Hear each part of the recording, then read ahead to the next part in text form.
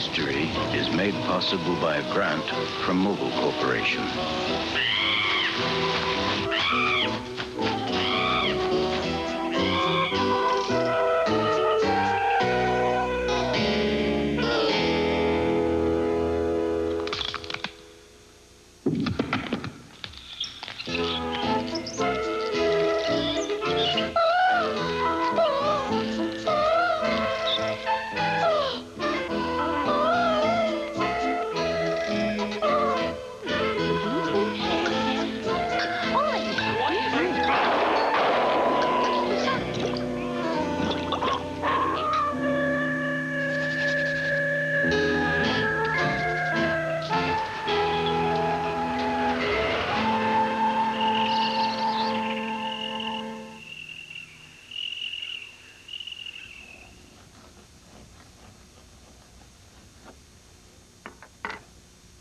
Good evening, and welcome to another exciting adventure of Sherlock Holmes on Mystery. I'm Vincent Price.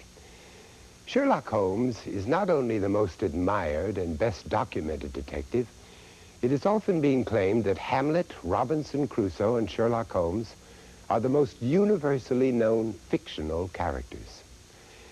Soon after the first of the adventures appeared in the famous Strand magazine in the 1890s, translations became available throughout Europe. In France and Germany, tales of the great detective entertained an early vogue. Germans called these memoirs, which Dr. Watson recorded, Watsonische Chronologie Problem. Today, Conan Doyle's tales of Sherlock Holmes are printed in more than 40 languages. All of the familiar ones, as well as Eskimo, Esperanto, Basuto, Afrikaans, and shorthand. The Japanese edition of The Hound of the Baskervilles quickly became a collector's item. It's not surprising that at last count, Conan Doyle's estate was drawing royalties from 72 different currencies.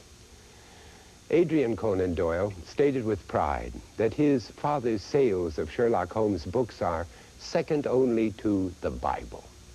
But the history of Holmes in Russia is one of the best illustrations of his popularity.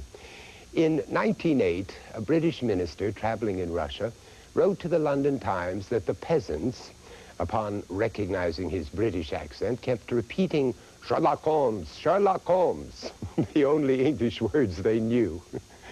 Pre-revolutionary army authorities recommended Conan Doyle's stories as good, solid reading for Russian soldiers. Soviet authorities agree with their Tsarist predecessors, and Russian soldiers today are still given Sherlock Holmes to read in volumes emanating from the Red Army Publishing House. You know, as the Victorian period was fast becoming a new mechanical age, Holmes depended solely on his brain and found little use for the new inventions which were bursting upon the scene almost daily. The telegraph and the telephone were new. People were marveling at the gramophone and the typewriter. The bicycle was perfected during the 1870s and 80s and was hailed as an instrument of new freedom. Unfortunately, that new freedom was not shared by everyone, as Holmes is to find out in The Adventures of the Solitary Cyclist.